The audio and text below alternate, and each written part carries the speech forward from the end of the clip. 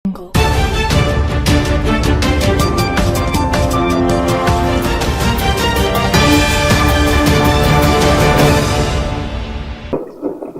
நாள் இது, இனிய நாள் இது. ராபர் படத்தின் பாடல் ட்ரெய்லர் முன்னேற்ற வெளியீட்டு விழாவிற்கு மேடையில் அமர்ந்திருக்கக்கூடிய மேன்மை தம்பியவர்களே, விழாவில் பங்கு கொள்ள வந்திருக்கும் நண்பர்களே, சகோதர சகோதரிகளே, தொலைக்காட்சி தோழர்களே, ஊடக நண்பர்களே, உங்கள் அனைவருக்கும் என் பணிவான பிற்பகல் வணக்கத்தினை மகிழ்வோடு தெரிவித்துக் கொள்கின்றேன். கவிதா சகோதரி எனக்கு மகள் என்று கூட சொல்லலாம். அவருடைய தமிழ் ஆர்வம் என்னை மிகவும் மிகவும் கவர்ந்த ஒன்று. அவர் மேடையில் பேசினால் அந்த சொல் புதிதாக இருக்கும், சொல்லின் பொருள் புதிதாக இருக்கும், சொல்லின் சுவை புதிதாக இருக்கும். அப்படிப்பட்ட கவிதா இந்த படத்தை தயாரித்திருக்கிறேன் என்று நேற்று முன்தினம் சொல்லும் போதுதான் நான் உண்மையிலேயே நெக்குருகினேன். ஏமா இது என்கிட்ட முதல்ல சொல்லியிருந்தா ஒன்று நிறைய வருஷத்துலேருந்து ஒன்று பொருளாதாரத்தில் நிறைய மிச்சம் பண்ணி கொடுத்துருப்பேன், நீ இப்போ லேட்டாக சொல்கிறிய அப்படின்னு சொன்னேன். சார், இது எனக்கு என் சகோதரன் தான் இந்த படத்தில் நடிக்கிறாரு, அதனால் நீங்கள் வாழ்த்தணும்னு சொன்னாங்க. நீ எங்கே சொன்னாலும் வரப்போகிறேன். ஒரு பெண்மணி ஒரு பத்திரிகையாளராக இருந்து கொண்டு பத்திரிகையுடைய உரிமையாளர்களுக்கு மிகவும் பாத்தியப்பட்ட ஒரு பெண்மணியாகத்தான் நான் இந்த பெண்ணு பார்க்குறேன்.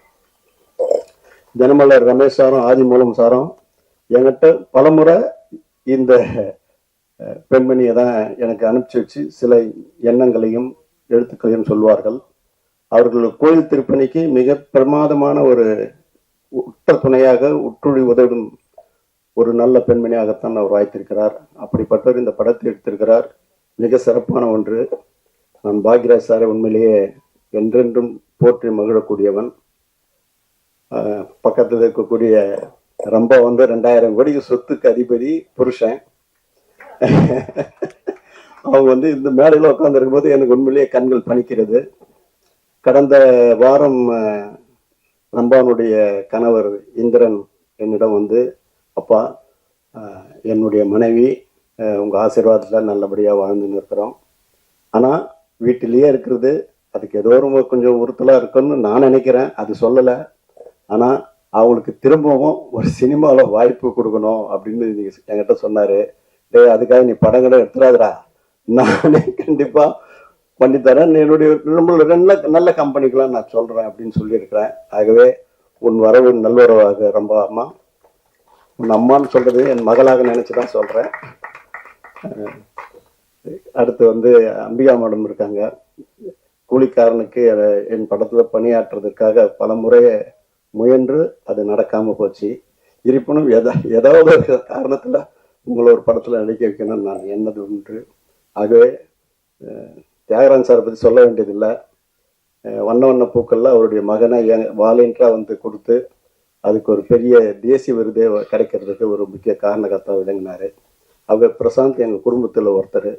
ஆகவே சக்தி ஃபிலிம் ஃபேக்ட்ரினா இவ்வளோ நல்லா பேசுவார்னு நான் நினைக்கவே இல்லை. ரொம்ப நல்லா பேசினாரு, படத்தில் ஊன்றி இருக்கிறாரு, ஒரு ஃப்ரேமாக அலசி சொல்கிறாரு. ஆகவே அவர் அப்படிப்பட்ட படத்தை எடுத்து விநியோகிக்கிறது உண்மையிலே சால சிறந்தது. மேடையில் இந்த வருங்காலத்தில் உயர் சக்தியாக இந்த கதாநாயகன் வருவார் என்று சொல்லி வாய்ப்புக்கு நன்றி தெரிவித்து அமைகிறேன். நன்றி, வணக்கம்.